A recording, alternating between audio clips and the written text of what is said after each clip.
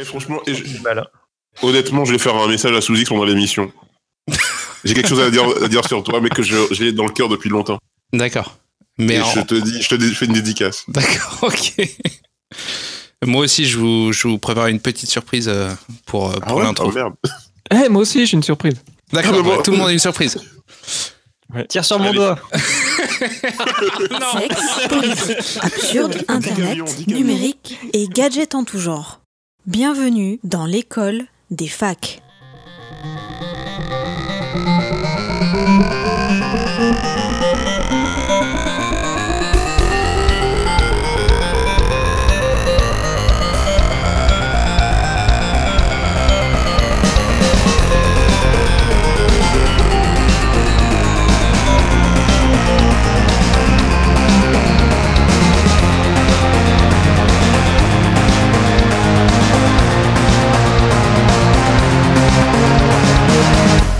Bonjour, bonsoir, aujourd'hui c'est un jour très spécial car en ce 12 Nivose, jour de l'Argile, ce n'est pas seulement l'anniversaire des 550 ans de Sigismond Ier le Vieux, roi de Pologne, c'est aussi le premier anniversaire de notre podcast bimensuel de chroniques aux sujets variés parlant technologie et ou vie numérique, j'ai nommé l'école des facs.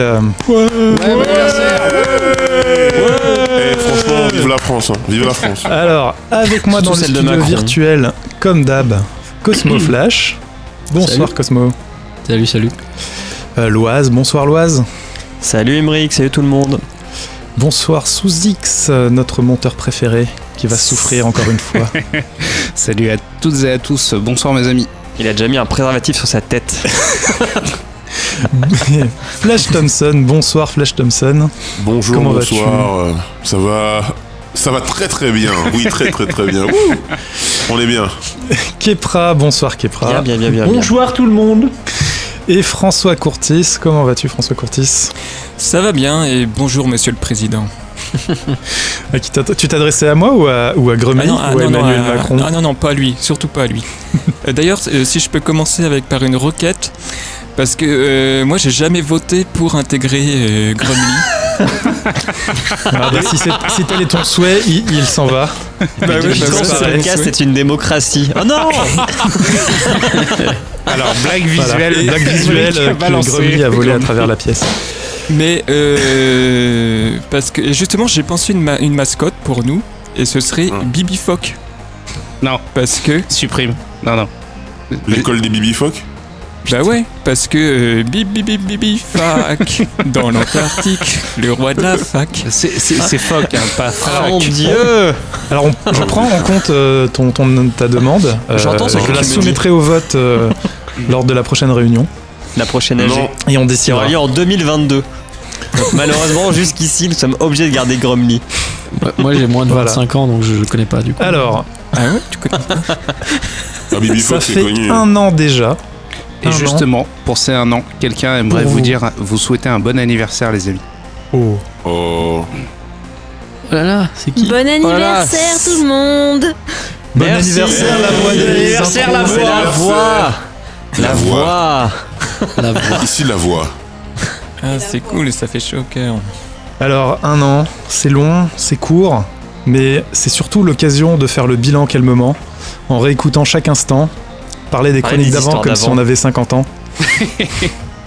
Et on a donc choisi chacun de revenir sur un épisode passé, une chronique, et en reparler, voir ce qui a changé, voir ce qui n'a pas changé.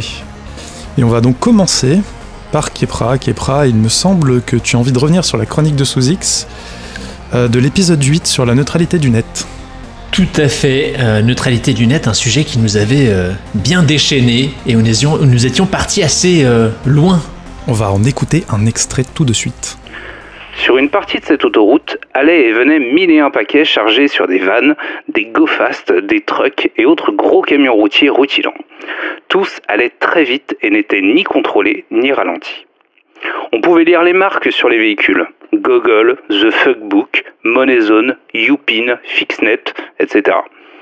Étonné, j'interpelle notre DNS que Flash avait nouvellement renommé Connard Premier afin de m'insurger face à cette intolérable inégalité.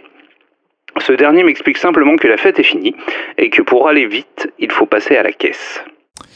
Et donc, Kepra, pourquoi voulais-tu revenir sur ce... Kepra, pourquoi voulais-tu revenir sur cette chronique et cet épisode ?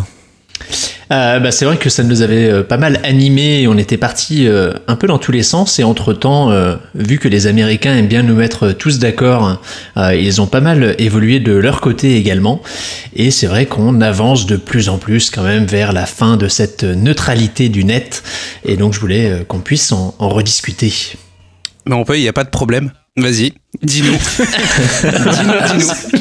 Dis-nous. Oui, on voit par rapport aux décisions.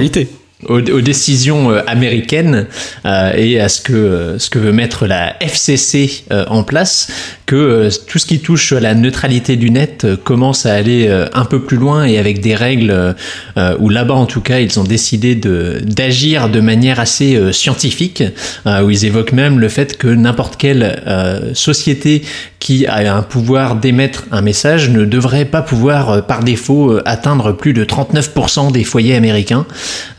Donc au final, quelque chose qui était déjà restrictif commence à être scientifiquement appuyé par des chiffres qui sont soumis par un organisme tiers. Et c'est vrai que ce que je trouvais intéressant aussi, c'est que dans les débats, je trouvais qu'on avait omis un point qui était une différence entre la neutralité du net telle qu'on peut la connaître nous dans les beaux pays occidentaux où nous avons la chance de connaître un internet assez libre, qui est une neutralité du net plutôt d'ordre économique, et une neutralité du net ou une absence de neutralité du net dans des pays un petit peu plus fermés que les nôtres, comme la Chine ou la Corée du Nord, où c'est une absence de neutralité du net qui est plus d'ordre politique qu'économique. Cosmoflash, tu voulais répondre? Oui, du coup, pour continuer, c'est vrai qu'il y a aussi, on peut le dire, une actualité au moment où on enregistre, et il y aura également une actualité probablement au moment où cette émission sera diffusée en décembre, puisqu'au début du mois de novembre, je crois que le président de la FCC, donc la Federal Communication Commission aux États-Unis, a fait savoir qu'il voulait retirer des textes la neutralité du net. Et donc on devra avoir une réponse là-dessus en décembre, début décembre je crois. Donc voilà. Je pense que quand les gens écouteront cette émission, ils auront une réponse plus précise.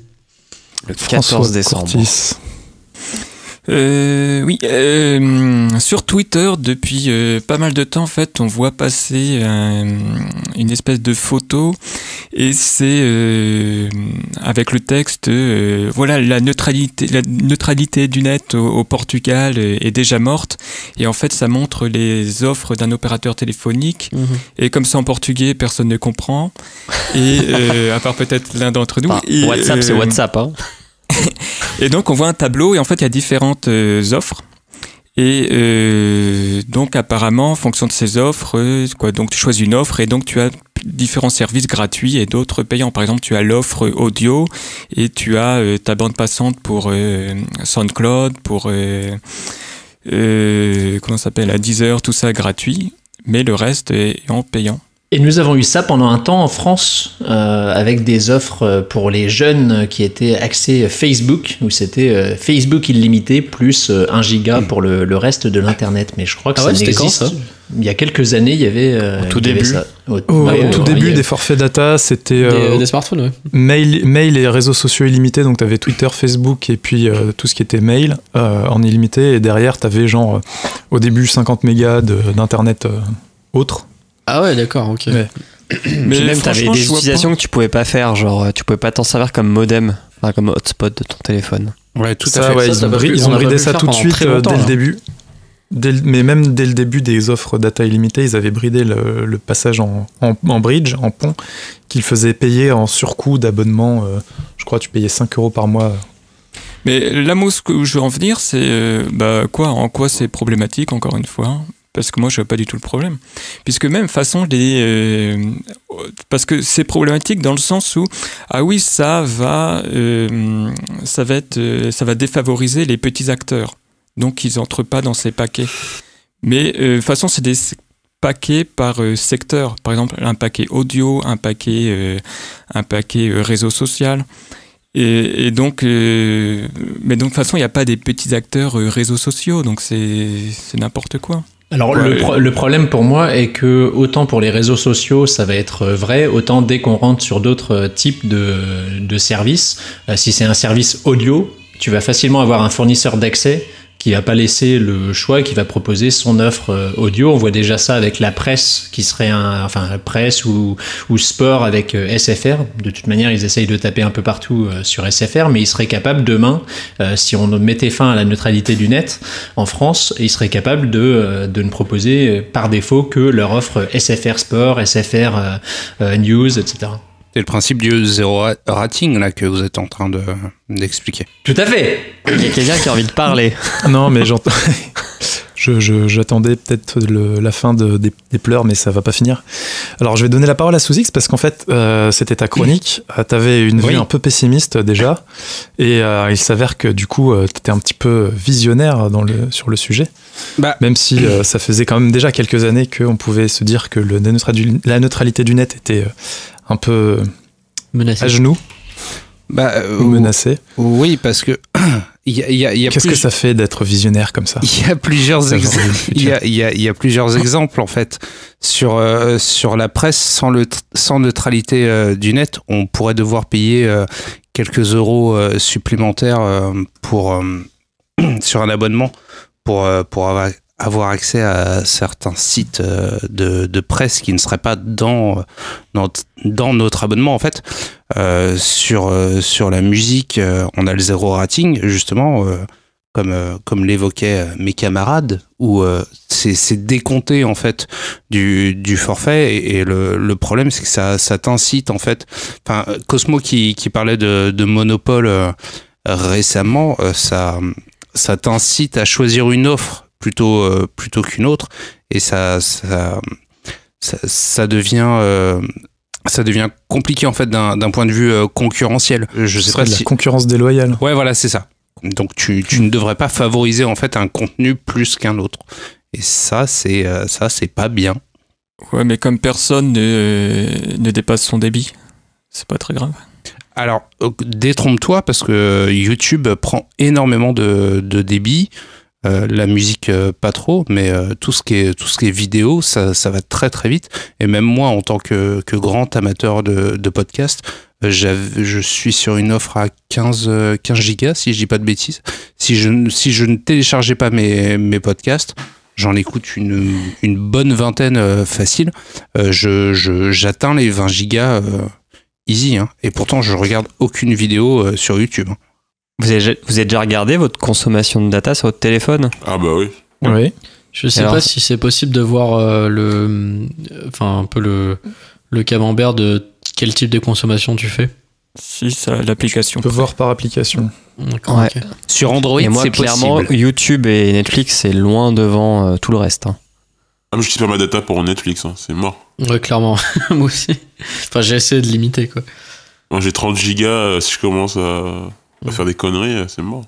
Eh bien, je suis un petit utilisateur avec 3 gigas, dont une grande partie pour Chrome et Google Music en deuxième. Donc, je suis un petit utilisateur. 3 gigas sur un mois? Sérieux? Tout à fait. 600 mégas sur un mois. Il coûte combien le méga en poche? Je suis du tiers-monde et fier de l'être. C'est la 4G polonaise. Mais la 4G, ça sert à rien avec un téléphone filaire. Ça sert à rien. J'ai remarqué que Netflix est assez bien optimisé. Hein. Ouais, Netflix, tu peux choisir j'ai des comparé débits entre plus petits. Ouais. mes consommations de YouTube et de Netflix. Et clairement, quand je regarde quelques vidéos YouTube, c'est carrément plus... Enfin, ça dépense beaucoup plus de data que Netflix. Mais je vous l'avais dit pendant la chronique de Sous-X, qu'ils avaient une techno qui était meilleure que les autres. Pour compresser la vidéo. Il y a un truc que j'avais pas précisé en fait durant ma chronique, c'est que la neutralité du net a été attaquée bien précédemment, à l'époque où le peer-to-peer était vraiment en vogue pour le piratage. Le piratage, c'est mal. Ne piratez pas. Mais oui. on avait énormément on avait des opérateurs, et ça partout, enfin des opérateurs des FAI partout en Europe, qui bloquaient en fait l'utilisation du peer-to-peer. Donc c'était déjà une atteinte à la neutralité du net. C'est vrai. Tout à fait. Oui. Ah, ça met de bonne humeur cette première. Cette première reminder de chronique. Ça donne foi en l'humanité. Très positif. On n'avait pas fini non plus sur une bonne... sur une bonne touche, et là on finit pas non plus sur une bonne touche. Je pense que c'est important, je pense, de faire un podcast sur la thématique de la joie. C'est vraiment très important. Allez, on continue. On va se pencher grâce à Cosmo qui veut revenir sur la chronique de l'Oise de l'épisode 6 sur la cyberguerre. Cosmo, après l'extrait, tu nous diras pourquoi tu as voulu revenir dessus. Les 3 dates pour définir les contours du commencement de cette cyberguerre sont 1999. 2 colonels chinois comprennent que les guerres vont s'étendre au monde numérique. Internet est alors en pleine explosion dans le monde occidental. Ils demandent alors au Parti communiste chinois la création d'un corps d'armée dédié au cyberespace, une première mondiale. Donc Cosmo, c'est à toi. Encore bel extrait. Non, je voulais revenir sur celle-là parce que on en avait beaucoup rigolé parce qu'elle était longue, mais elle était également très intéressante.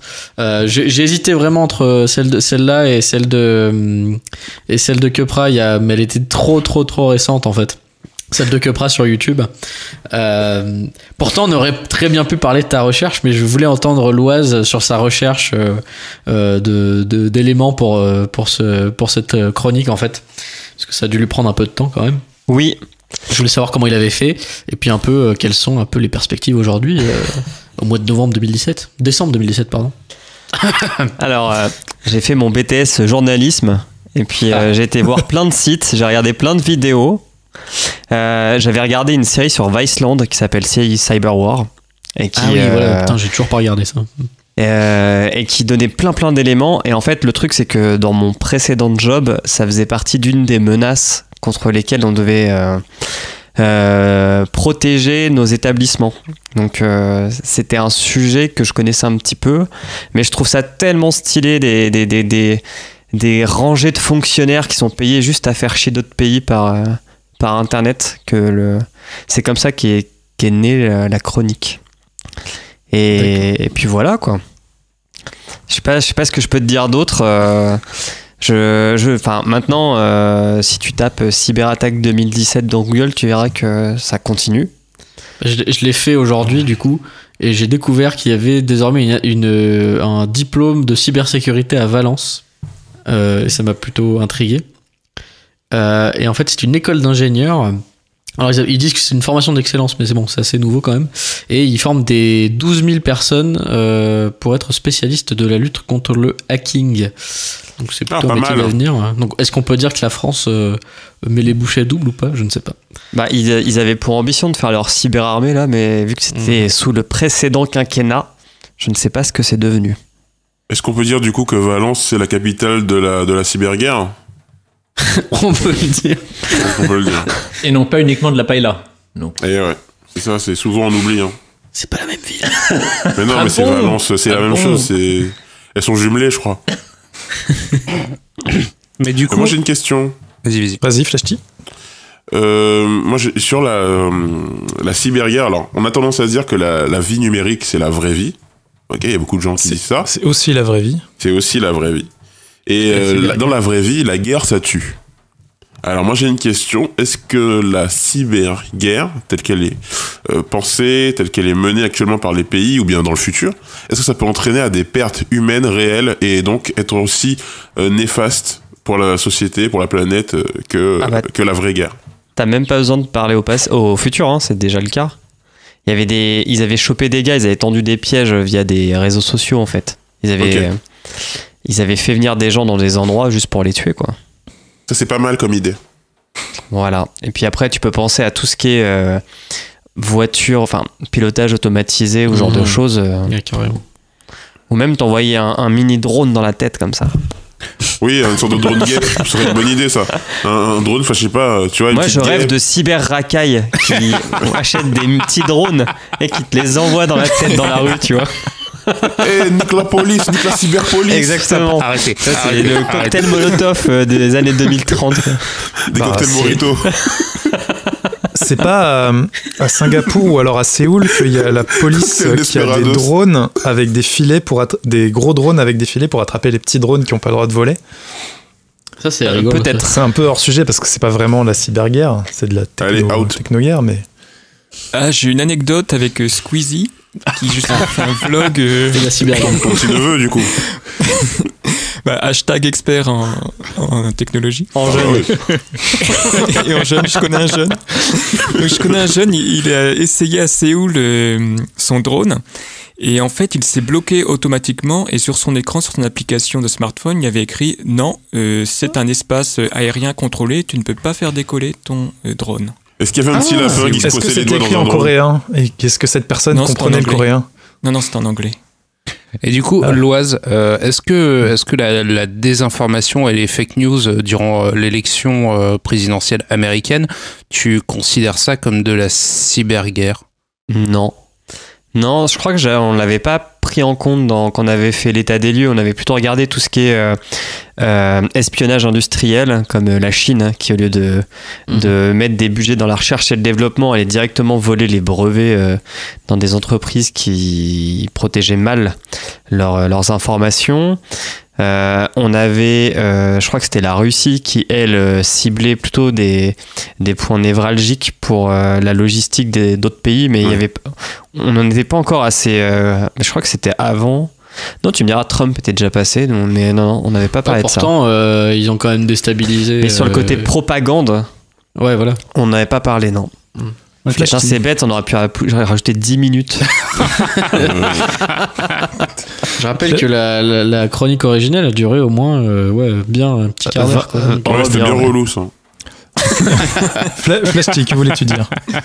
À part que c'était relou. Ah oui, j'ai une question. Je me demande, qu'est-ce qu'on gagne ? Alors, c'est la question béni oui, islamo-gauchiste, bien sûr, du podcast.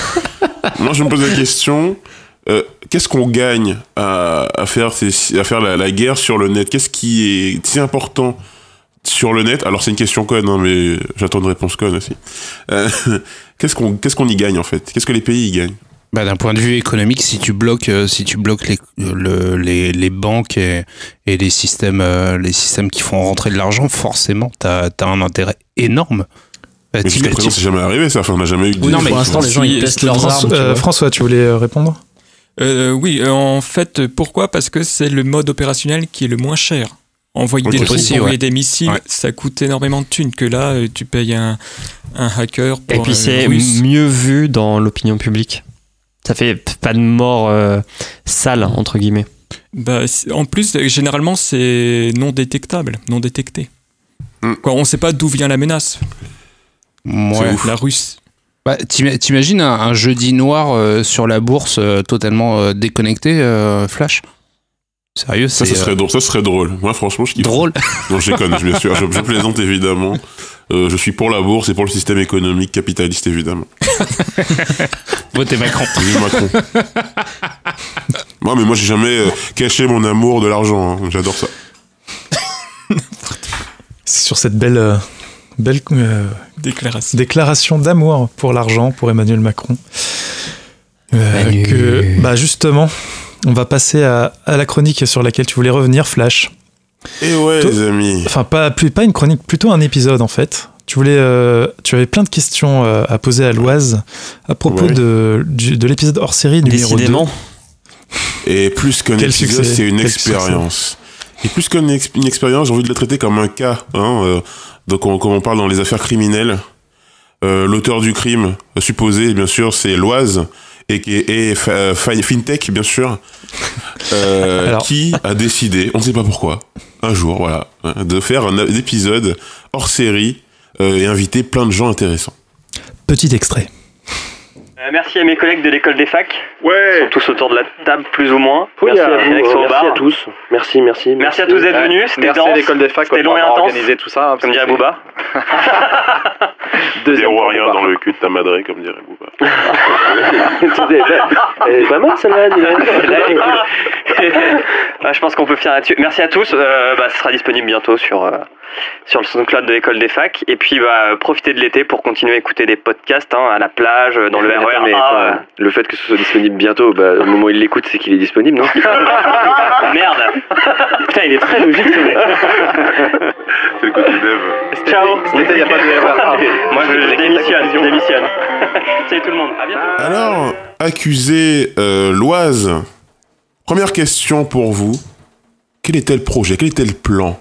Qu'est-ce qu'il y avait derrière cette mascarade de podcast qui aujourd'hui est bien sûr notre podcast qui a la plus belle audience, évidemment, plus de 1200 écoutes. Merci aux invités. Voilà. Pourquoi faire un plan aussi tordu? Alors, c'était le deuxième HS qu'on faisait, parce qu'on en avait déjà fait un sur les podcasts, qui avait eu un petit écho auprès des gens qui créent des podcasts.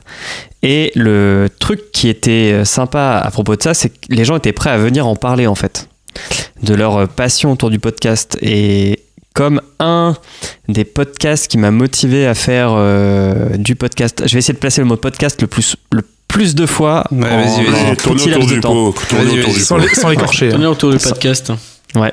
Alors, un des podcasts qui m'avait donné envie de faire du podcast, c'était un des Noëls de Studio 404 où ils invitaient plein de gens à parler et à discuter autour de quel genre de gens? Des gens qui faisaient des podcasts? Des gens qui faisaient des podcasts, des gens qui en avaient arrêté, des gens qui allaient en débuter. Des podcasters. C'était pas mal ça, c'est une bonne idée ça. Et du coup, y avait pas vu que c'était qu'une fois par an cet épisode, il n'y avait pas de raison de pas en faire d'autres avec d'autres personnes qu'on n'avait pas forcément entendues en fait. Vous êtes donc un copycat. Exactement. Moi, je suis comme Facebook. Je ne crée rien, je copie et j'améliore. Comme Apple, donc aussi. Ouais. Comme ceux qui réussissent. Quel salopard. Quel salopard. Non, mais voilà. Puis c'était aussi... Enfin, faut pas l'oublier, c'était l'occasion pour nous de se rencontrer. C'est bien connu, hein. Les bons podcasteurs copient, les grands podcasteurs volent. mais la question... Et ça, c'est une très très belle. D'ailleurs, merci les podcasteurs. Pim pam Parce que poum. je pense que l'intelligence de Podcastéo, c'était pas de faire venir des podcasteurs pour parler de leur podcast, mais pour parler d'un thème particulier. Rappelons-le, à l'époque, Podcastéo n'était pas encore... Ouais, mais on sait très bien que l'Oise avait une idée derrière la tête. Je sais pas si on avait déjà sorti ou pas. Si, c'était déjà sorti. Ah putain, que le temps passe vite. C'était le hors-série 1. Exactement. C'est vrai. Ah oui, c'est vrai. On peut dire que l'Oise est un peu le Thomas Sisley du podcast. Moi, j'irais bien, ouais. Bravo. Et est-ce qu'on peut dire que Thomas Sisley est un peu le Pablo Picasso du coup de l'humour? Voilà. Alors, est-ce qu'on peut dire que Pablo Picasso est un peu le Krauk du podcast? Mais bon, Krauk, c'était à l'époque, bien sûr, des dinosaures, donc du coup, c'est un peu compliqué parce que vous connaissez pas. Vous êtes pas la rêve. Tant de rage trop loin de cette table. Cette vanne va tellement trop loin. Revenons au sujet. Oui, alors du coup, quelle est ta question? J'ai une deuxième question pour l'accusé. Ça fait déjà 3 minutes 30. Qui essaie bien sûr de tourner autour du pot, faire des vannes. On connaît bien sûr les Rocancourt, on connaît. Alors moi, j'ai une question sur le mode opératoire. Comment avez-vous fait pour mettre en place votre crime, votre meurtre? Quelles ont été vos pratiques illégales? En fait, c'est très très compliqué. Il faut allumer Chrome. Il faut aller sur Twitter et puis il faut envoyer des DM aux gens qui répondent. Parce que généralement, quand tu proposes à quelqu'un de venir parler de ce qu'il fait, il vient. Sauf s'il a une très grosse tête. Mais par chance, on n'avait pas de gens qui avaient des très grosses têtes. C'est sûr ça? Le plus avait des têtes bien pleines, franchement, c'était aussi grosse. simple que ça, quoi. On a décidé, on avait fait une réunion pour décider à peu près avec qui on voulait faire le hors-série.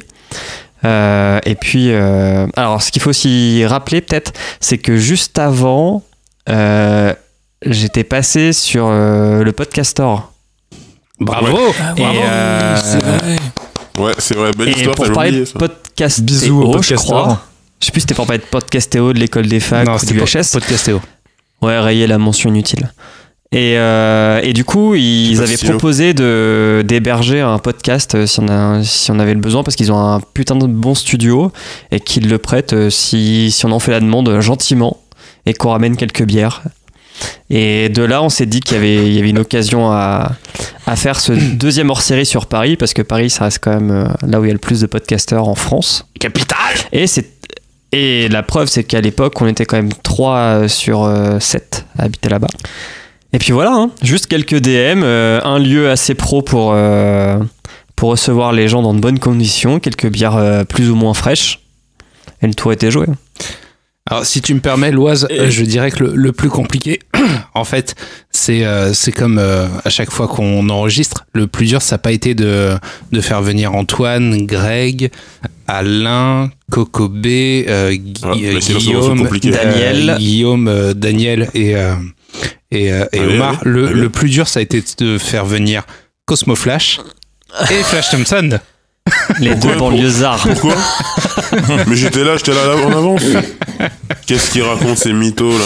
Je mettrai une vidéo en bonus sur le site pour montrer à quel point on était en avance. Pour les tipeurs. Pour les tipeurs, exactement. Ouais. Alors, je vais d'abord remercier bien sûr Enjoy Phoenix pour son tip à 5 000 €. C'est vraiment très important pour nous. Enfin, juste les gens, faut juste oser, quoi. Si vous voulez faire un HS ou un podcast, faut juste tenter. Hein. C'est ça la morale de l'histoire, Monsieur Thompson. Je suis pas convaincu. Comme il le dit si bien dans scène de ménage. Osez José. Osez José.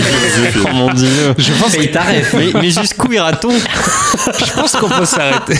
On peut enchaîner. Alors, c'est un peu le... Flasty, as-tu encore d'autres questions? C'est-à-dire que là c'est un peu long, j'en avais une dernière, un peu en mode... Vas-y. Voilà. Donc on reviendra sur ma partie. Il nous a bien embourbé dans toutes ces histoires, mais c'est pas très grave. Moi j'ai une question pour les témoins qui sont là, alors si on a un peu de temps pour qu'ils répondent, peut-être rapidement chacun, mais qu'est-ce que vous avez comme souvenir de ce moment? Qu'est-ce que vous gardez en tête de ce moment horrible? Absolument rien, j'ai été drogué. Par contre, ton anus, lui, il s'en souvient, quoi. Ah oui, on s'en souvient de ton anus. Hein. Non, mais c'est un super souvenir. C'est la première fois qu'on s'est vu, et puis il y avait plein de gens super intéressants autour de la table, donc voilà. Ça a duré très longtemps, mais c'était très sympa. Ouais, c'est un très beau moment, des gens passionnants qui parlent de leur production avec passion. Puis on a multiplié par deux. On a multiplié par 2 nos audiences, le reste, je me rappelle plus trop, moi. Si. Les chiffres, c'est tout ce qui compte pour lui. Vive l'argent. L'argent des abonnés. D'ailleurs, le mec n'était même pas là. Il n'a même pas fait l'effort de venir de Pologne. C'est inacceptable. Alors qu'il est riche à millions. Attends, moi, je venais du 19e quand même. Personnellement, je me rappelle et je conchis ce moment. C'est Loise qui passe son temps à me couper la parole. Et je l'emmerde. On me pose des questions, j'ai pas le temps de répondre. Qui répond à ma place? Ça me fait chier. C'est vrai que Loise était un peu tendu ce jour-là. Je me souviens, un peu de tension. Tellement. C'était un petit peu son bébé cette rencontre. Ouais, il fait genre le mec flegmatique et tout, mais il tenait vraiment à ce truc-là. Je l'avais bien préparé car j'ai une conscience, monsieur. Ça c'est vrai. Malgré tes crimes, t'as une conscience. Pas comme cet épisode. Mais c'est toujours à l'arrache qu'on fait les meilleurs épisodes. Et sur cette belle maxime que l'on va passer à la chronique que Kepra voulait revisiter. Alors, non. Faux départ. C'est pas grave. Et c'est sur cette belle maxime que l'on passe à la chronique que Sous-X voulait revisiter. D'ailleurs, il rend l'appareil à Kepra en revenant sur une chronique de l'épisode 12 sur la culture de la voix facile. Je vois Sous-X sortir son dossier et je redoute le pire.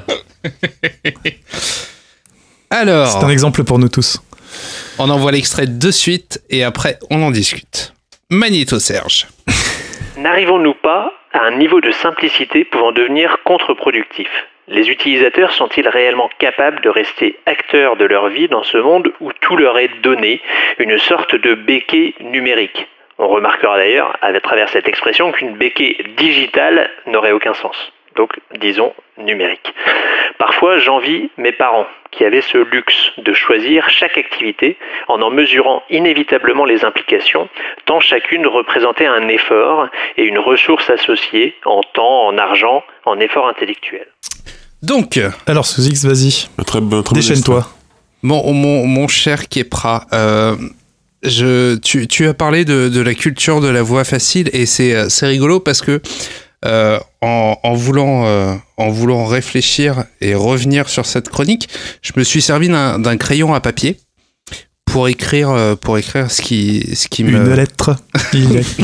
Peut-être. C'est une petite dédicace à la sonnerie de Sous-X. Non, mais je me suis servi d'un crayon à papier pour écrire sur une feuille, et je me suis dit que c'était très, très fatigant au final, parce qu'il fallait que j'appuie très fort pour que le crayon marque sur la feuille. Alors, change de crayon. Change de bras. C'est la feuille. Mais laissez-le parler. Mais laissez-moi parler, bordel. Bande de sagouins. Alors qu'avec un stylo bille, ça aurait été tellement plus smooth. Du coup, je vois que la technologie évolue dans le bon sens, parce qu'elle me permet d'être plus smooth. Ouais, exactement. Tu dis fluide, tu veux dire? Bah fluide, c'est-à-dire que moi qui me suis cassé le poignet quand j'étais jeune, en fait, j'ai tendance à avoir avec un crayon. Non, pas avec un crayon, en tombant dans l'escalier. Hashtag ma vie. Tu parles. J'écris avec un crayon sur un papier. Je me suis cassé la main. Putain. Mutez-vous, les gars. Donc, tu parles au tout début de simplicité contre-productive, et j'ai envie de te dire oui et non. J'ai un petit peu changé d'avis en fait sur l'épisode et sur ta chronique. Au niveau de l'innovation, enfin, j'ai envie de te dire oui. Au niveau de l'innovation, va ralentir, parce que le nombre de génies, en fait, ce qu'on pourrait appeler génie surdoué, va en nombre décroissant. Pourquoi ? Parce que j'ai pas mal regardé de reportages sur l'évolution de l'intelligence et l'évolution du cerveau sur ces 20-30 dernières années, et on voit clairement que en fait les hommes sont devenus de plus en plus intelligents jusqu'à l'an 2000, et que à partir de 2000 en fait cette courbe d'intelligence rebaisse. Et c'est assez flagrant en fait. C'est en Californie. On a mesuré entre 2000 et 2010, si je dis pas de bêtises, je mettrai le lien du documentaire. On a mesuré un taux d'autisme des gens qui est passé de 0 à 600% en 10 ans. Donc c'est assez flagrant.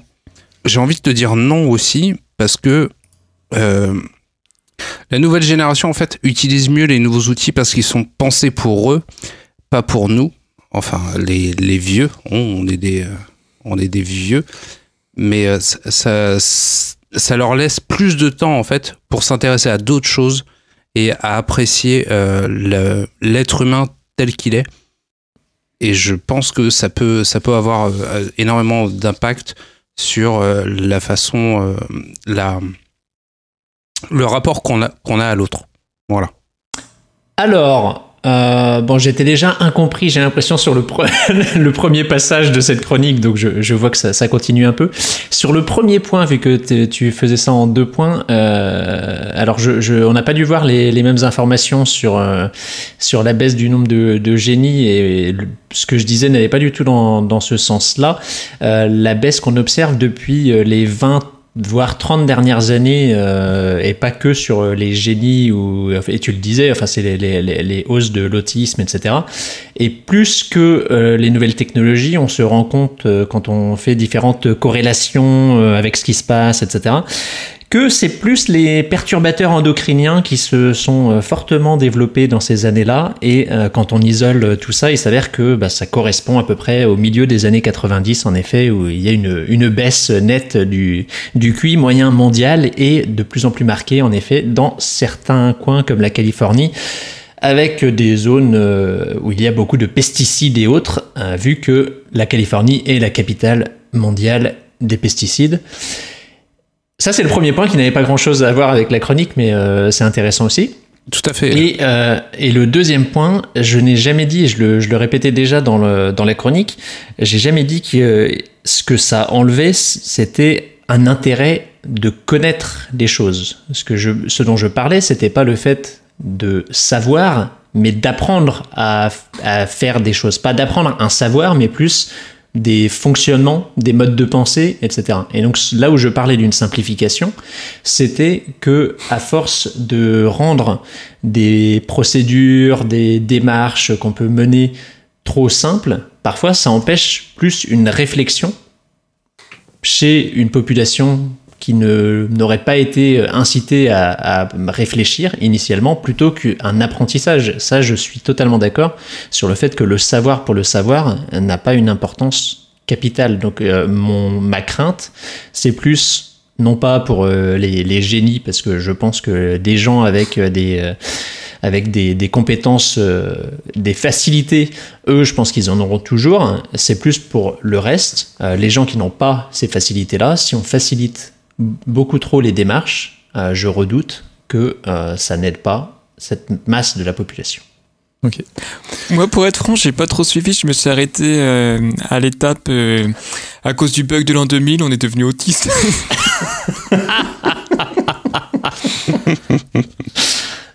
Merci François. Moi, je voulais peut-être un peu revenir sur la conclusion où tu nous parlais de verre à moitié plein, verre à moitié vide. Non,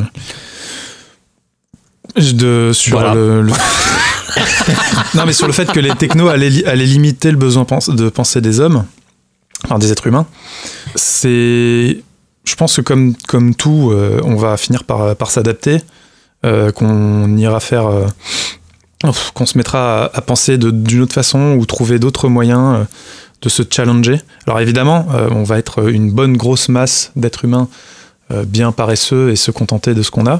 Il y en aura toujours quelques-uns qui iront chercher plus loin et qui pousseront dans leur retranchement les possibilités de ces facilitateurs que sont Internet, les nouvelles technologies, etc. Si je peux me permettre... Oui, tu peux te permettre. Merci. Je peux me permettre. En fait, la chronique de Kepra, elle m'a fait réfléchir non pas sur le savoir, parce que comme je l'avais dit pendant la chronique, je pense que ça n'a pas fait plus d'imbéciles, mais ça m'a fait réfléchir sur l'imagination. D'imbéciles ou d'ignorants ? Ou d'ignorants, comme tu veux, c'est pareil pour moi. De fils de pute. C'est pas la même chose. C'est pas la même chose. Mais je voulais dire sur Internet pour moi, et peut-être même la télé, mais encore plus Internet, parce que j'ai l'impression de plus en plus de parents mettent leurs enfants devant des vidéos sur YouTube Kids. En fait, l'écran et les images et les vidéos ont un effet sur l'imagination des enfants. Et ce sera sûrement le sujet d'une de mes prochaines chroniques. Mais je trouve que l'avènement de tout ce qui est lié aux nouvelles techno actuelles nous empêche d'imaginer en fait et de penser peut-être autrement. Et il y avait un mec assez intelligent dont j'ai oublié le nom qui a fait une vidéo TEDx sur le fait que l'imagination, ça devrait être quelque chose qu'on devrait apprendre à l'école maintenant, parce que c'est ce qui permet de nous différencier un peu des robots. Je rebondis juste là-dessus sur quelqu'un qui recommandait pour Noël un livre interactif. Non, mais qui recommandait pour le Noël passé, Aymeric, un livre qui permet un livre interactif pour penser des histoires pour les enfants, etc. Et c'était l'enfant qui appuyait sur des boutons et ça lui permettait de personnaliser son histoire. Mais on parle d'enfants qui sont vraiment très très jeunes. Et ça me rappelait mon enfance avec mon père qui me demandait donne-moi 3 mots. Et je lui donnais 3 mots. Et en fait, il improvisait une histoire. Il faisait du stand-up, quoi. Ben, il improvisait une histoire comme ça. Et c'est vrai cool. Que je trouve ça triste en fait de se dire... Bon bah voilà, le gamin, au final, c'est quand même beaucoup plus simple et beaucoup plus pratique de lui mettre un livre qui, en appuyant sur un rond, un triangle et un carré, va lui raconter une histoire, que d'utiliser ce moment, justement, comme on disait, pour créer un lien et une intelligence qui est un peu différente. Donc voilà, c'est en effet, je rejoins sur le côté imagination. J'espère que ça ne mettra pas une fin à tout ça. De toute façon, en conclusion, on a 2 parents autour de cette table, ou 2 futurs parents, vous allez foutre vos gamins devant la télé, hein, comme tout le monde. Vous allez en avoir marre. Ouais. Ça sera votre babysitter. Et toi, Flashty, tu auras le mot de la fin, qu'est-ce que tu voulais rajouter ? En fait, moi j'ai l'impression du coup qu'il y a une sorte de perte de confiance dans les capacités des générations à venir à pouvoir apporter leur pierre et être un peu des gens qui vont pouvoir faire évoluer le monde dans le bon sens, comme d'autres ont pu le faire par le passé.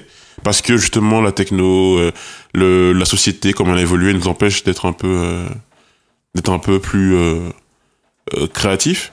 Or, Parce qu'on est devenus tous passifs. Enfin, mais moi en fait je suis tellement pas d'accord avec ça. J'ai l'impression que alors je vais pas, alors comment dire ça, j'ai l'impression qu'il y a une partie de la jeunesse et de la création qui vient des jeunes que vous avez peut-être loupé. Parce que quand on voit ce qu'ils faisaient sur Vine, quand il y avait encore Vine, ce qu'ils font sur Snap, ou qu'on voit les vidéos YouTube, de plus en plus de vidéastes qui font des bonnes choses, il y en a qui font des mauvaises choses, mais comme depuis toujours, tu vois. Moi je crois que rien que dans la créativité artistique, on a encore des choses intéressantes qui vont venir. Et dans les sciences, la politique, tout ça, j'ai l'impression aussi qu'on va avoir une génération qui a un peu plus de recul peut-être, qui est un peu moins carriériste, qui a peut-être envie plus de changer les choses que la génération d'avant qui voulait un poste par exemple. Oui, c'est encore une fois pour ça que je n'insistais pas moi sur la notion de génération, mais plus sur les outils de manière générale. Et en effet, pour des personnes qui auraient été alors après, peut-être que ceux dont on parle maintenant n'auraient pas été créatifs par le passé et que ça a permis de découvrir quelque chose. Mon intuition, c'est que les gens qui étaient déjà créatifs, enfin on le voit, hein, une bonne partie des Cyprien des Norman, etc., ils faisaient déjà, même quand il n'y avait pas un Cyprien, il faisait des dessins très jeunes alors qu'il n'était pas forcément sur Internet. Norman, il se filmait avec un caméscope, c'était pas non plus un accès très simple à ces outils-là. Donc c'est plus que ça a été un facilitateur pour des gens qui le faisaient déjà. Ils sont riches. C'est pour ça que je parlais du verre à moitié plein ou à moitié vide. C'est que pour les gens qui auraient tendance à ne pas prendre d'initiative comme ça, est-ce que ça ne fera pas qu'ils le feront encore moins? Et ceux, tant mieux, qui ont cet instinct et cette fibre créative, ou plutôt de curieuse qui fait dans les sciences ou dans d'autres domaines, peut-être que ça facilitera et que ça améliorera les choses. C'est pour ça que je n'ai pas de doute sur le fait que la civilisation continuera à évoluer, à moins qu'on soit dans les 90% de chances que l'intelligence artificielle nous tue tous, comme le prédit Elon Musk. Moi, je suis d'accord. Ce serait intéressant en tout cas. #fin du monde. Ouais. Ça tombe bien, Kepra, que tu aies parlé de l'UNI, LUNII, la petite boîte qui permet de raconter 48 histoires en choisissant soi-même le lieu, les héros, etc. Parce que moi, j'avais envie de revenir sur la chronique du vrai Curtis, le cousin polonais de François Courtis. J'ai demandé qui est le vrai Curtis. Personne ne le sait. La chronique dans l'épisode 2 sur le futur de la lecture. Justement, on va écouter un petit extrait. Parce qu'en fait, je me suis aperçu que lire un livre, que ce soit papier ou numérique, c'est nul. Et pour les raisons suivantes. 3 points. Premier point, ça fait mal aux yeux. Deuxième point, ça fait mal aux bras. Moi, j'arrive pas à trouver ma position adéquate pour bien lire. Troisième point... fragile. Troisième point... On peut pas faire autre chose, c'est vraiment monotâche. On peut pas faire la vaisselle, par exemple, en lisant. Alors face à ces inconvénients... Très bon extrait. N'est-ce pas? Je pense que c'est le meilleur depuis. Et en fait, ouais, donc dans cette chronique, François Courtis, on va pas le cacher, c'est toi, le vrai Curtis. Oh putain! Révélation. Ah merde! J'ai su. Tu nous disais que carrément, là, ça allait jusqu'à les IA qui allaient... prendre les livres et générer un film carrément automatiquement. Et donc voilà, l'UNI, ce petit gadget qui permet, en choisissant 2-3 trucs, de te raconter une histoire, c'est déjà le premier pas vers le futur. Alors c'est juste un petit projet Ulule, hein. En avril 2015, ils avaient fait juste 42 000 € sur 40, un petit 105%. Pas extraordinaire, mais le début du futur dont tu nous parlais est là.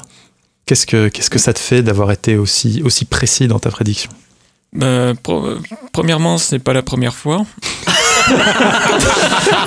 Ah là là. Mais non, mais c'est vrai. C'est vrai. Qu'est-ce que j'ai prédit pendant cette année? J'ai prédit les youtubeurs les jeunes qui vont débarquer sur le podcast. Et juste juste avant de publier l'émission, eh bien, Cyprien annonce qu'il fait une audio-fiction. Qu'est-ce que j'ai annoncé d'autre ? Bah là, le truc que tu dis que j'ai pas trop compris. Ce mec se dédain, quoi. Donc, plein de trucs positifs pour moi. Les emojis, enfin les animojis. Tu l'avais prédit avant la conférence d'Apple. L'Apple 10. Ah ouais, bah ouais, voilà. J'ai hâte de voir les didascalies. Hein. Je crois que t'avais prédit le temps aussi. Voilà. Qu'est-ce que je peux dire sur le sujet ? Ça fait toujours mal au bras de lire. Hein. Justement, je suis tombé en fait sur. Je cherchais un livre, donc un e-pub de Joël de Ronet, qui est en fait un futurologue, un futurologue. Podcasteur, créateur de Binge Audio. Ouais, tu confonds pas avec Joël Ronet.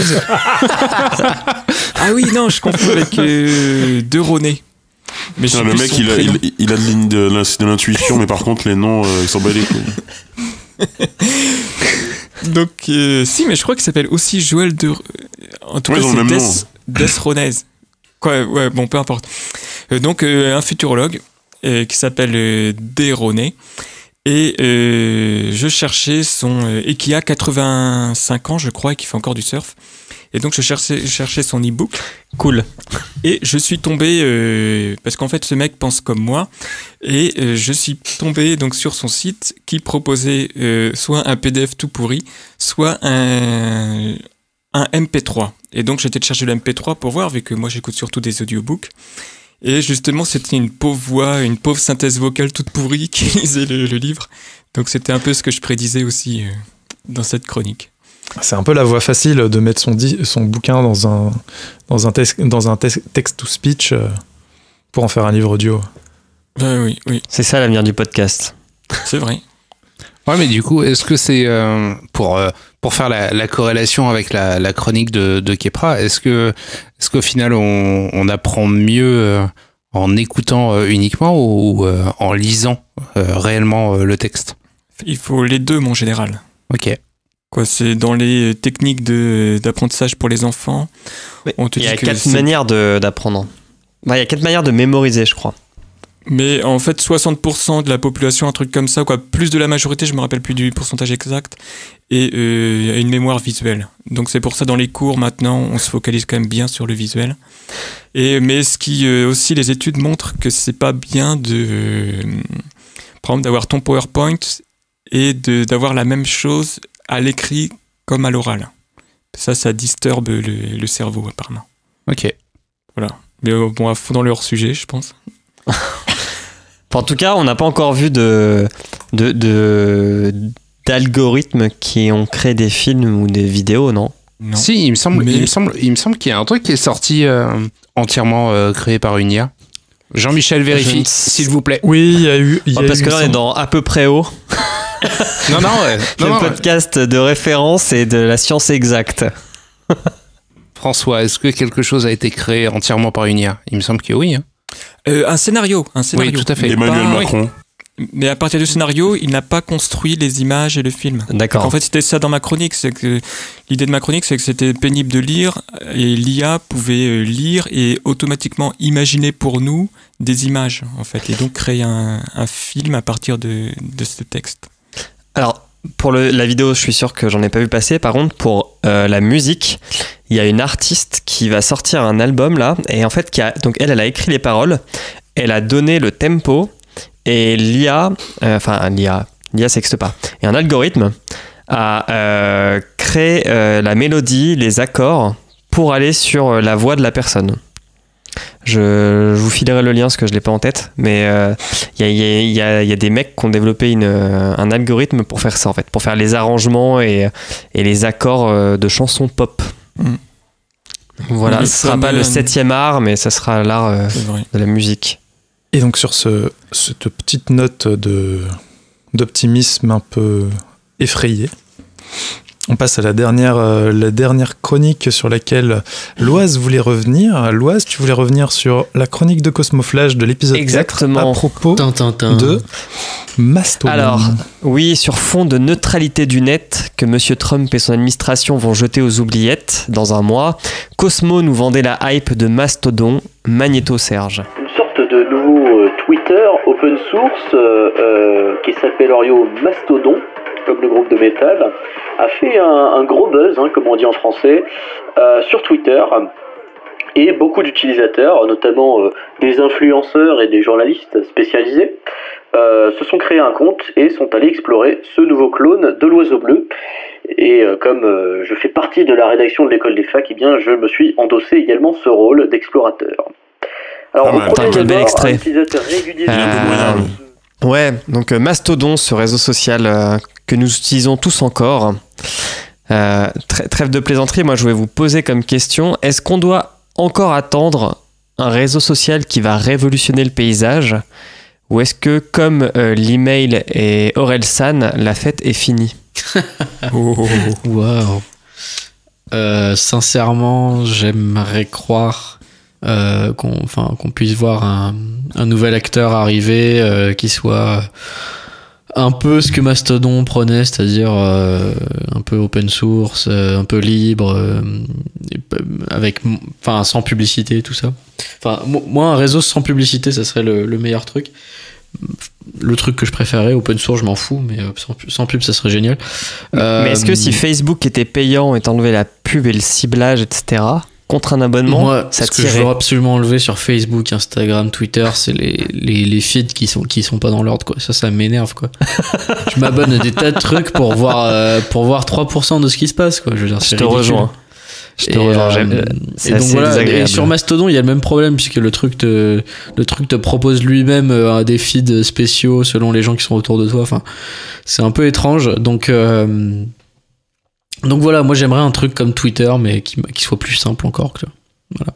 Est-ce que ça arrivera un jour? Je ne pense pas, sincèrement, puisque comme je l'ai dit, neutralité du net, comme nous l'avions dit, neutralité du net, poète. Voilà. Poète, voilà. Poète. Merci. Je n'arrive pas à finir ma phrase. Flashty. Alors, moi je pense que cette vision d'un réseau social complètement pub-free, ouvert, un peu hippie, ça c'est une vision de l'esprit, ça n'arrivera jamais. Et pas parce qu'il n'y a pas de neutralité du net, parce qu'il n'y a pas de ceci, cela. C'est à cause de hashtag les gens, comme dirait Emmerich. Les gens veulent être là où sont les autres gens, car les gens ont besoin qu'on leur dise qu'ils sont gentils, qu'ils sont bien, qu'ils sont beaux. Et du coup, Mastodon, il y a 8 personnes dessus, il n'y a pas assez de likes. C'est pas assez rentable pour 4 comptes de Numérama sur 4 salons différents, où je sais plus c'était quoi ce site qui avait créé Numérama, ils ont Numérama. Ça, ouais. Donc en fait, bien pour moi, Facebook, aujourd'hui, on a un écosystème qui est plus ou moins figé. Et à mon avis, il n'y aura pas de nouvel acteur rapidement qui va changer le truc. Oui, d'accord. Comme pour l'email, maintenant, si tu as un email, en gros, tu vas sur Gmail, quoi. Quand MySpace s'est fait défoncer par Facebook, personne l'avait vu venir. Tu vas sur ProtonMail. Justement, pour MySpace, quand ils sont fait dépasser, aussi, ils avaient combien de visiteurs uniques? Ils avaient 80 000. Ils se sont fait dépasser par 80 millions 80 millions, pardon, oui, évidemment. 80 millions. Beaucoup, mais maintenant, 80 millions, c'est rien, quoi. C'est vrai. Mais ils sont maintenant, par exemple, Twitter, je crois que c'est 300 millions. Facebook, c'est 2 milliards, non? Ouais, c'est ça. Facebook, c'est en visiteur unique. Oui, en comptant les morts et les... Exactement, il y a beaucoup de morts. Visiteurs mensuels, c'est 2 milliards. Okay. Visiteurs mensuels. Sous X. Est-ce qu'aujourd'hui, comment vous imaginez en fait un réseau social qui ne soit pas boudé par les jeunes et par les vieux? Parce que au final, on parle de Facebook, on parle de Twitter, on parle de Snapchat, on parle d'Instagram, tout ça c'est bien joli, mais aucun de ces réseaux sociaux n'ont réussi à rassembler en fait toutes les générations. Facebook l'a fait quand même. Facebook avec ses 2 milliards, et il est quand même large, quoi. Ouais, mais ce qui rassemble le mieux, je trouve, c'est à travers les micro-communautés qu'on peut trouver dans les messageries. Et WhatsApp est un très bon exemple, je trouve, avec des familles qui se retrouvent au final à 3 à 4 générations sur WhatsApp.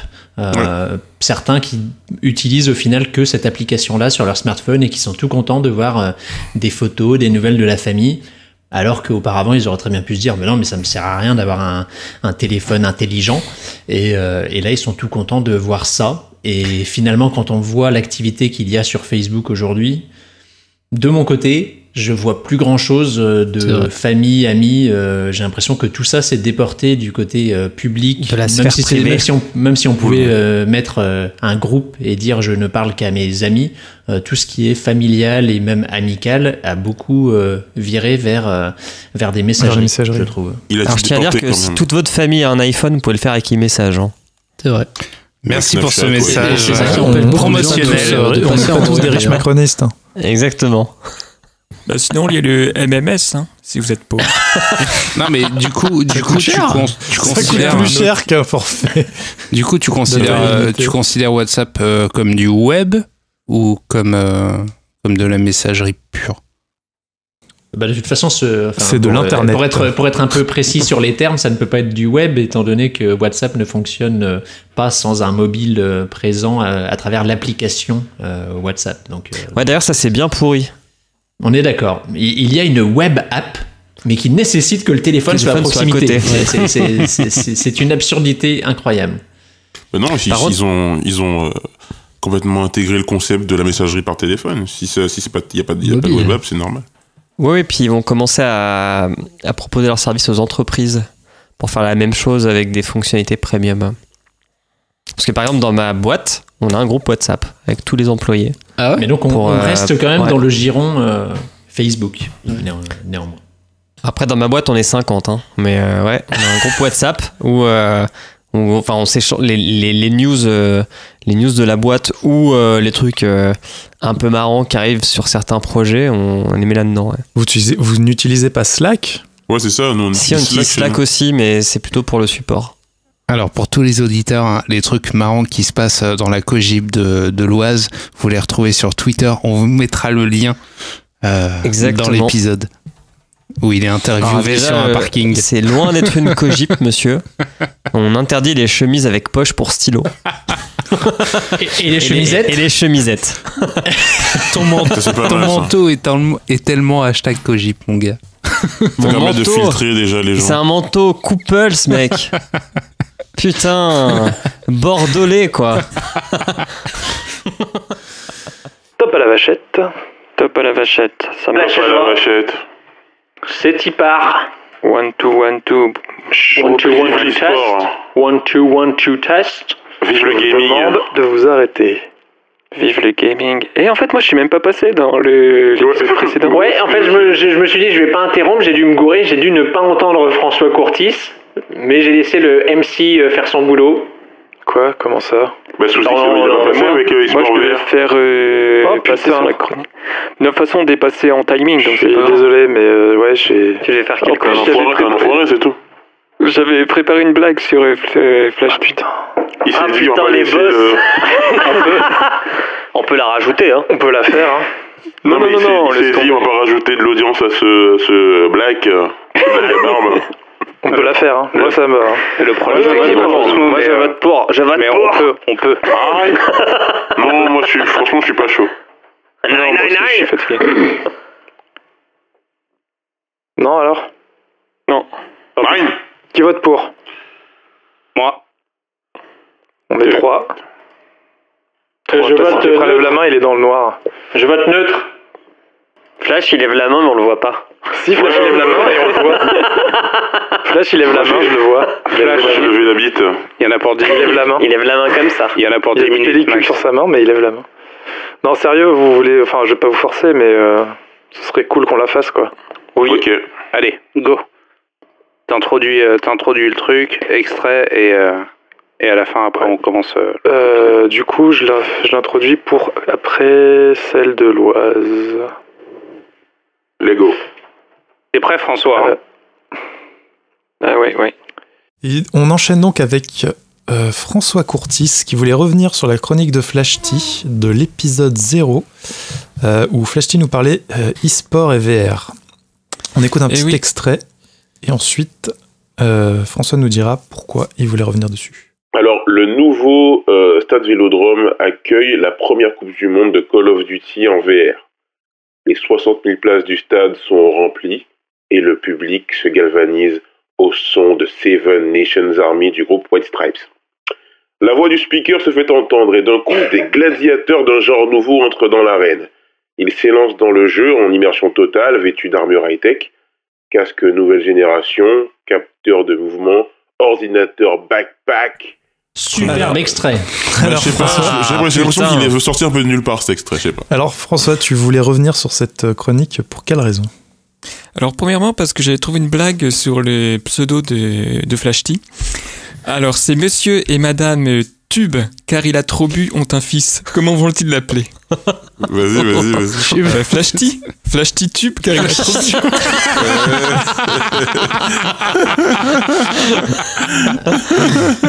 Ça passe. Alors, je t'aime. Donc en tant que gamer, tu voulais revenir sur cette chronique. Ouais, voilà, en tant que gamer. Ou en tant que consommateur d'e-sport. En fait, pour un peu résumer, Flash-T part sur deux hypothèses. Première hypothèse, il va y avoir de l'e-sport sur TF1. Deuxième hypothèse, la VR va nous envahir. Et pour moi, en fait, je pourrais faire un parallèle et ce serait comme offrir une paire de Nike Air pour le pied droit et je sais pas, des mocassins pour le pied gauche et tout ça, l'offrir à un cul-de-jatte. Parce que franchement, de l'e-sport sur TF1, je pense qu'on peut toujours mourir. Et la VR, la réalité augmentée, pour moi, les casques et tout ça, en fait, c'est le Kinect des années 2000. Et ça va mourir bientôt, dans 2 ans. Ok. Voilà.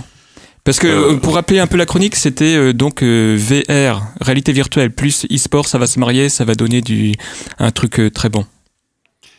Alors, si je peux répondre ou... Bah vas-y, hein, tu es là pour ça. Alors, concernant l'e-sport à la télévision, sans donner de nom de structure parce que c'est par rapport à mon taf et tout, mais TF1 aujourd'hui a investi énormément d'argent dans une grosse structure e-sport, et je sais pas si c'est déjà public ou pas, donc c'est pour ça que j'en parle pas, mais en gros il y a une grosse structure que beaucoup de gens connaissent. VAT TV. Et qui a été racheté par TF1. Donc TF1 envisage de mettre de l'e-sport, alors peut-être pas sur TF1 la chaîne, peut-être sur TMC ou une autre chaîne. L'important en fait c'est de dire que voilà, l'e-sport peut arriver sur la télé. Mais en fait là où t'as raison, et je vais laisser peut-être les autres réagir s'ils ont envie, c'est que en fait je suis un peu revenu sur cette idée, cette hypothèse, parce que étant dedans, et je pense que ça peut-être me poser peut-être des soucis, mais je pense pas. En fait, j'ai l'impression que l'e-sport, finalement, c'est peut-être une bulle. Et j'étais pas mal enthousiaste. Et la VR aussi, je voyais ça vraiment comme une évolution salvatrice, très importante pour le gaming. Et en fait, je pense qu'on se berce un peu... alors, pas d'illusion, mais en tout cas, on va un peu vite en besogne sur ces deux domaines. Et moi-même, je me suis un peu emporté. Aujourd'hui, je réviserai mon jugement sur ça. Sous X je suis moins pessimiste que toi, Flash-T. Aujourd'hui, en fait, on a eu au niveau des casques VR, donc Virtual Reality, réalité virtuelle, on a eu l'Oculus Rift, on a eu le Vive et on a eu le troisième, c'est quoi déjà ? Oculus, Vive, Samsung Gear VR. Gear VR, ouais. PSVR. PlayStation VR. Et aujourd'hui, en fait... c'est aujourd'hui le plus vendu. Hein. Ouais. Ouais, mais c'est aussi le moins cher. Enfin, le moins cher si t'achètes le téléphone à 800 boules. Mais du coup, aujourd'hui, Windows, via Windows 10, a créé un programme qui est très intéressant, en fait, et qui permet à énormément de constructeurs de créer leur propre casque. Et les casques sont à 250 balles, si je dis pas de bêtises. Et du coup, ça amène la réalité virtuelle à un coût qui est excessivement accessible. À la portée de toutes les bourses. Exactement, ouais. Ouais, carrément.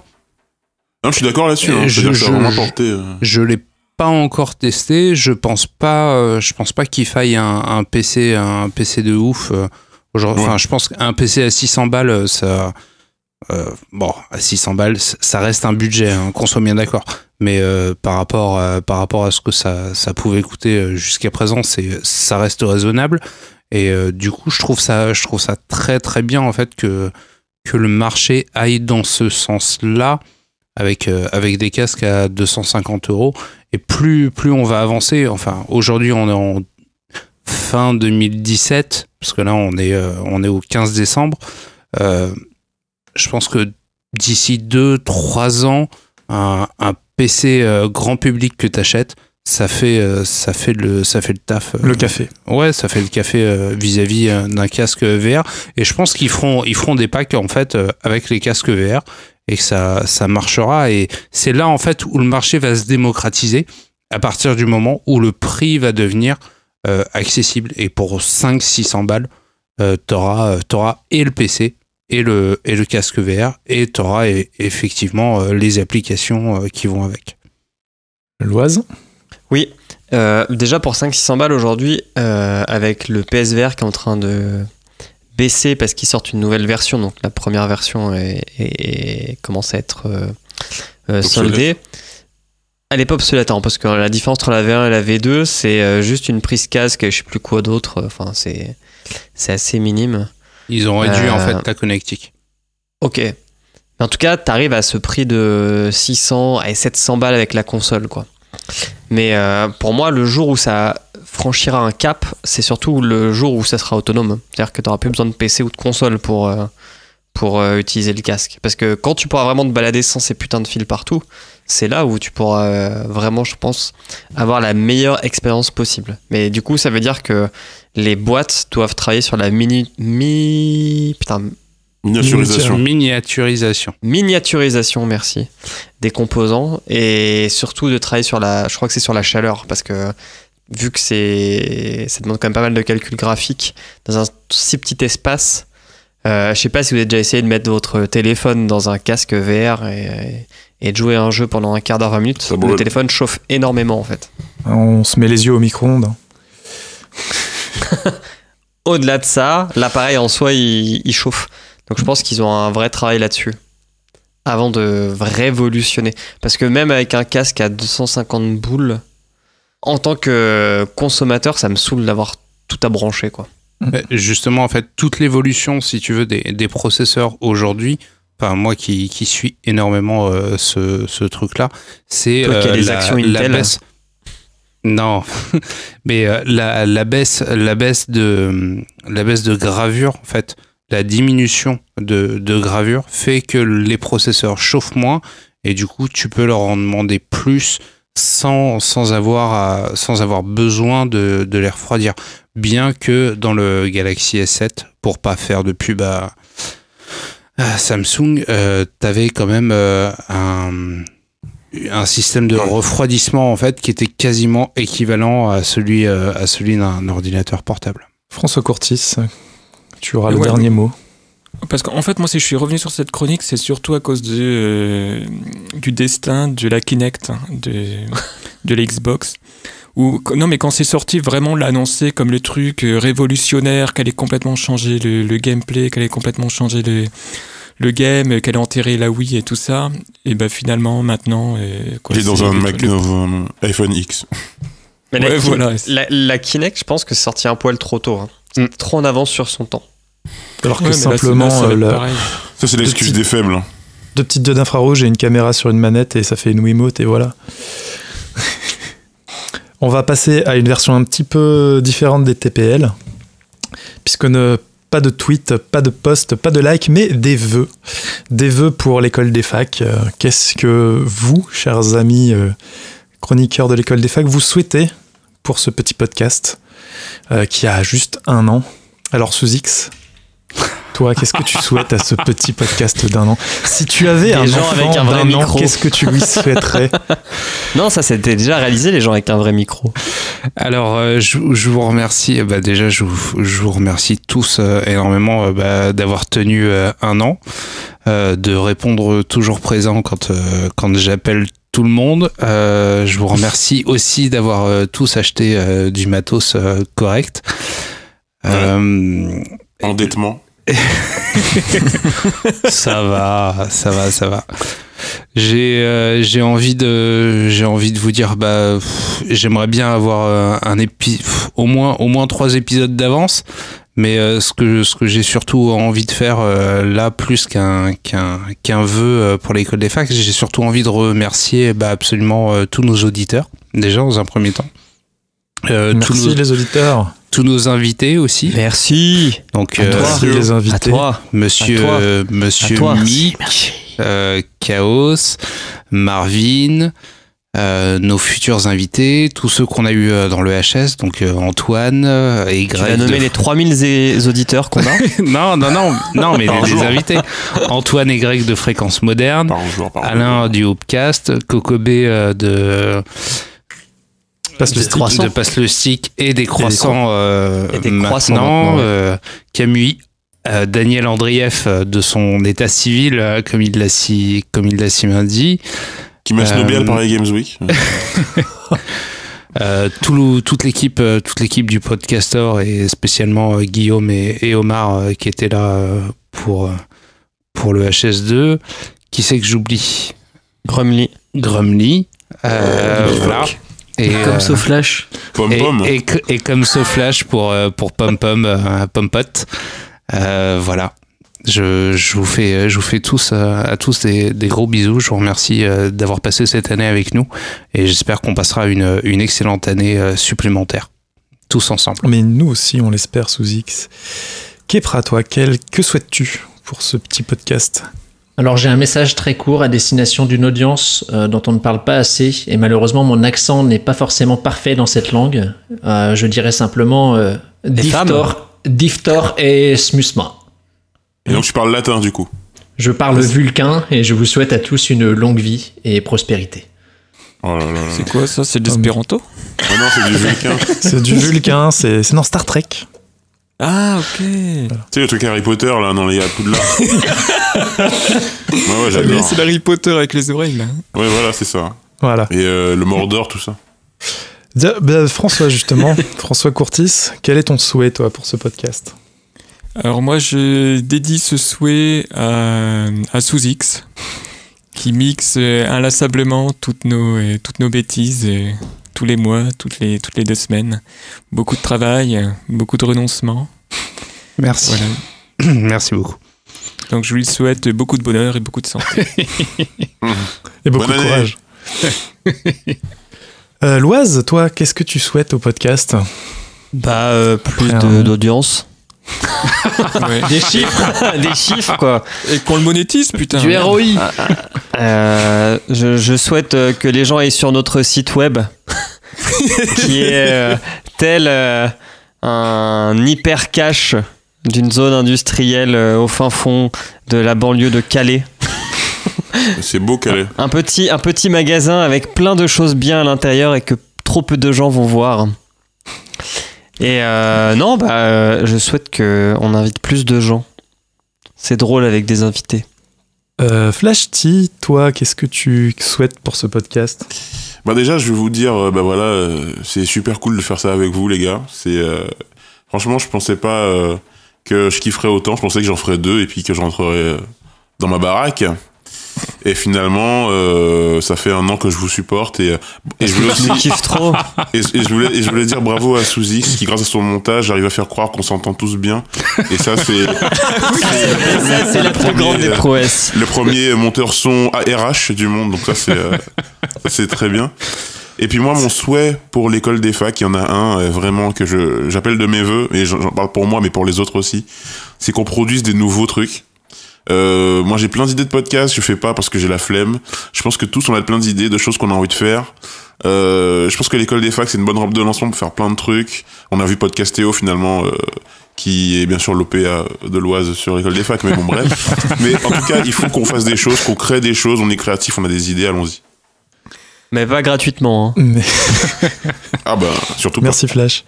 Et Cosmo Flash, toi, qu'est-ce que tu souhates pour l'avenir beaucoup d'amour à Sozix quand même, qui a fourni un travail exceptionnel. Arrête.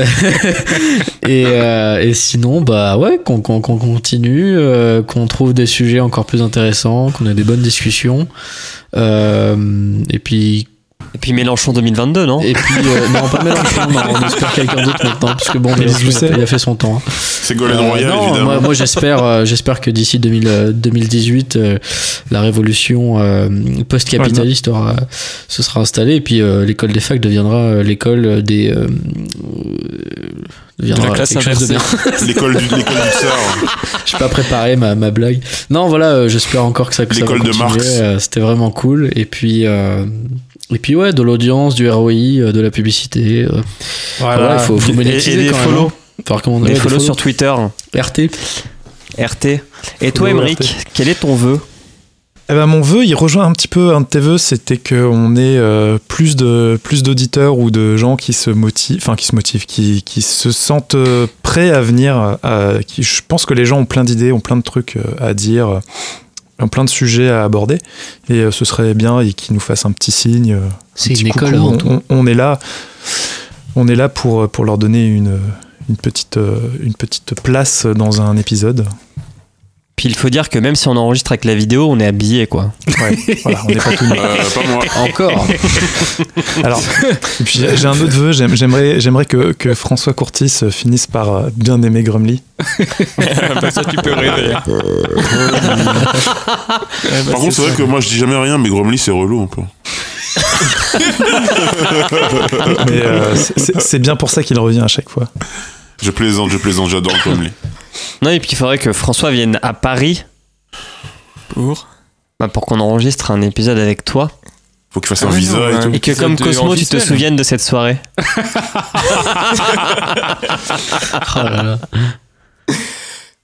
C'est sur cette belle invitation, pleine d'amour, pleine de avec du latex autour. que l'on termine cet épisode 16, cet épisode anniversaire.